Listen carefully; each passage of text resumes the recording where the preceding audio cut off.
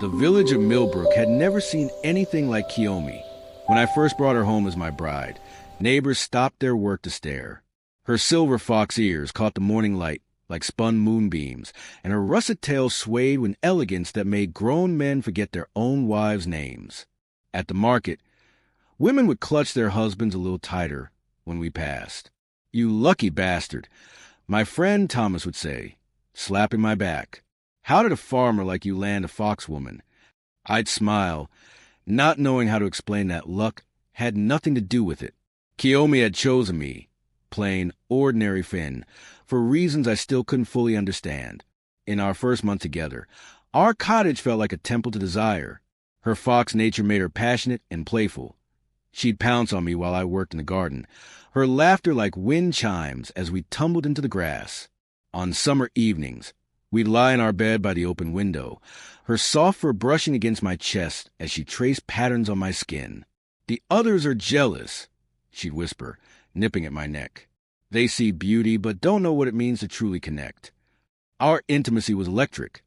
The way she'd wrap her tail around my waist, pulling me closer, how her pupils would dilate when I kissed the sensitive base of her ears. The village saw perfection. They saw a fantasy made flesh. They didn't see the medical bills stacking up on our table. Kiyomi's hybrid physiology meant regular treatments to prevent her fox traits from overwhelming her human side. Suppressants cost 3 times what a normal tonic would. When she became pregnant, the midwife warned us. Hybrid births required specialist care. "We'll manage," I told her, stroking her growing belly as we lay together one night. Her ears had flattened with worry, but she nuzzled against my palm. "I'm scared, Finn." "I've got you," I promised, kissing her deeply, trying to pour all my certainty into that moment. Our lovemaking that night was tender, almost desperate, a reassurance that we were stronger than our fears. Little Yuki arrived on a winter morning, and my world both expanded and shattered. She was perfect. Tiny fox ears already visible, a little tail no bigger than my thumb. But her cries could shatter glass. Literally. Her fox voice carried a supernatural pitch that made the windows rattle. The envy in the village began to mix with something else. "Pity. I heard their baby doesn't sleep," Mrs. Chin whispered at the well. "Fox children are difficult," another added. "Mark my words, that fairy tale won't last." As I rocked Yuki at 3 a.m, her shrieks piercing my skull, while Kiyomi collapsed from exhaustion in our bed, I wondered if they were right. 6 months after Yuki's birth, our bedroom had transformed from a sanctuary of passion to a battlefield of survival. Kiyomi and I hadn't been intimate in weeks, not because the desire had died, but because we were barely conscious when we fell into bed. "The Tanaka formula shipment is delayed," Kiyomi said one morning, her ears drooping as she read the apothecary's letter. "They want payment up front now. 70 silver marks." I nearly dropped the porridge I was stirring. 70? That's half our savings. "She needs it, Finn." Kiyomi's voice cracked.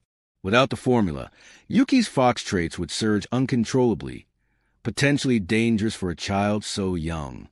What choice do we have?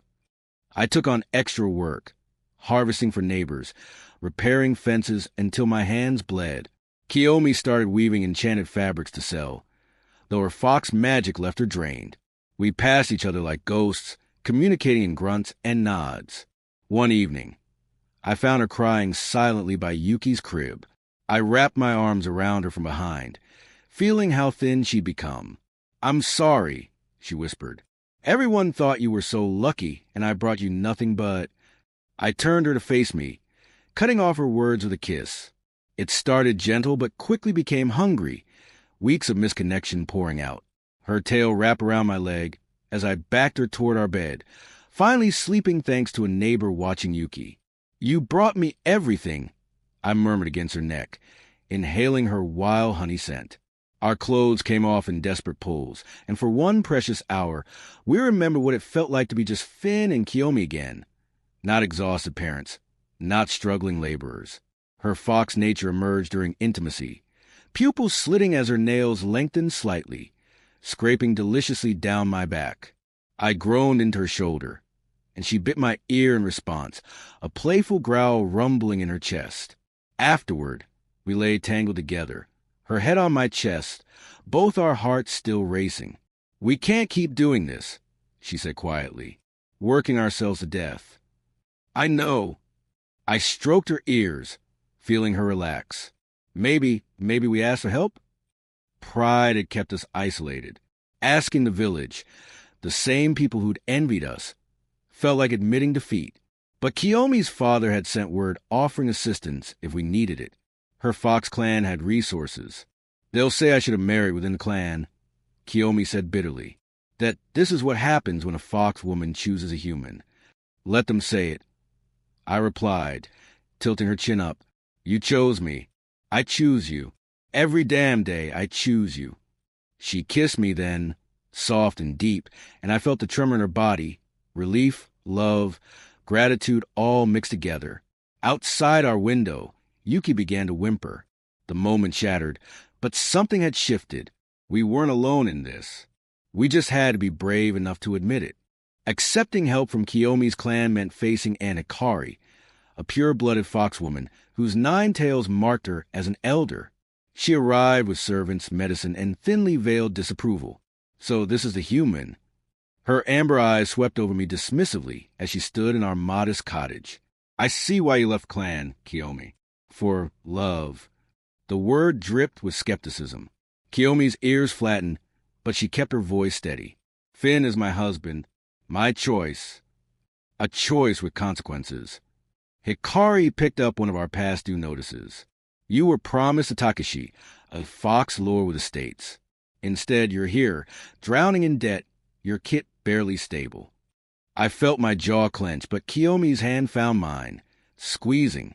We'd agreed. Endure her help, no matter the cost of my pride. Hikari provided the expensive formula and even offered a monthly stipend, in exchange for Kiyomi spending time at the clan estate, reconnected with her heritage. Translation, reminding her what she'd given up. The first night Kiyomi was gone, the house felt cavernous.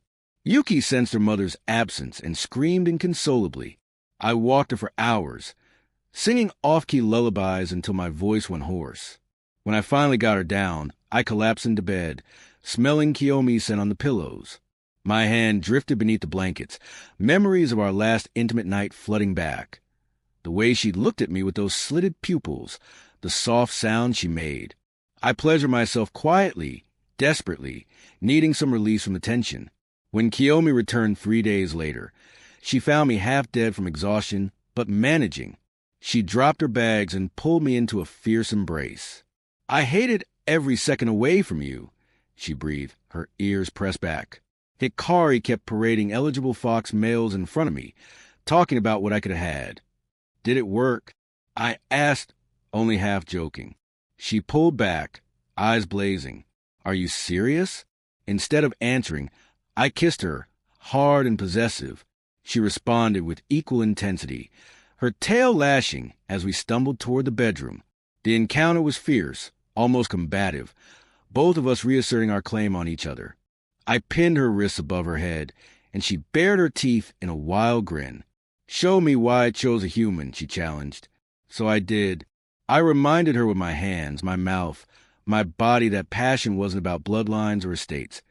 It was about knowing exactly how to make her gasp my name.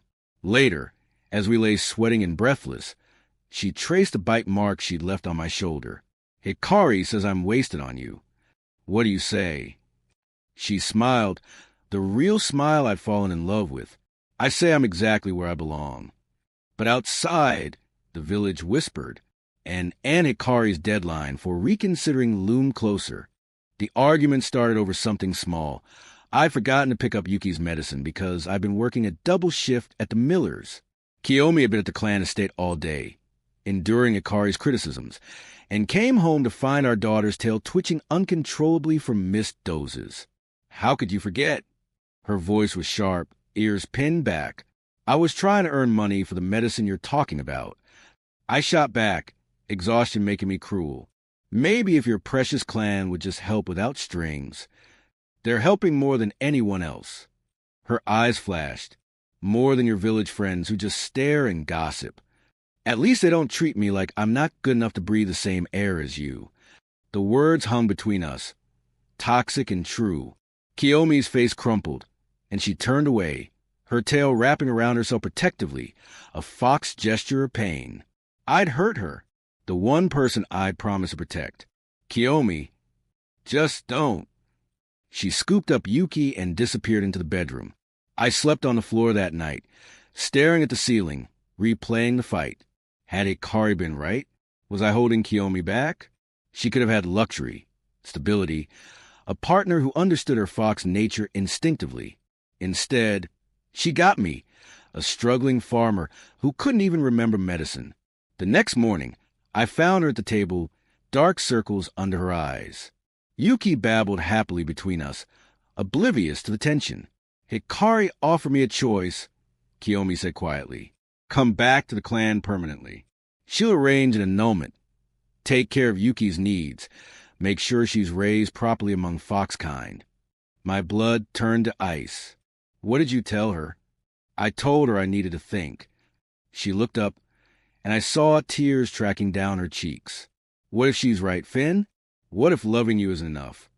I moved around the table, dropping to my knees before her. Then we'll make enough. I took her hands, feeling them tremble. I'm sorry. I'm so fucking sorry. I should have remembered. I'm sorry, too. Her voice broke. I've been so angry at everyone, including you, when you're the only one actually fighting for us. I pulled her into my arms, feeling her sob against my chest. We're a team, I whispered. A really tired, broke, overwhelmed team. But a team. She laughed wetly. The worst team ever. The best team ever, I corrected. Tilting her face up, I kissed her softly, tasting salt. I love you. Not because you're a fox woman, not because of some fantasy, because you're Kiyomi, my wife, my partner. Her ears slowly lifted. Even when I'm impossible? Especially then. That night, after Yuki slept, we made love slowly, reconnecting, apologized with touch what words couldn't express. But I knew the choice still loomed. Hikari was coming for an answer, and Hikari arrived on a gray morning with an entourage and an ultimatum written on formal parchment. The entire village gathered to watch the spectacle, a nine-tailed fox elder demanding an audience. Well, Hikari's voice carried across our small garden. Have you come to your senses, Kiyomi? My wife stood beside me, Yuki on her hip, ears high and proud. I have. My heart hammered. This was it. I choose Finn, she declared. I choose this life. Messy, difficult, and real. Hikari's expression darkened. Then you choose poverty. Struggle. Watching your kit suffer because of your human's limitations. No. I stepped forward, my voice steady despite my terror. She chooses partnership, and I choose to do better. I pulled out papers I've been working on secretly, a formal petition to the Merchants Guild for a hybrid family loan program, letters from villagers pledging support, and a contract I negotiated with Thomas to expand my farm with shared profits.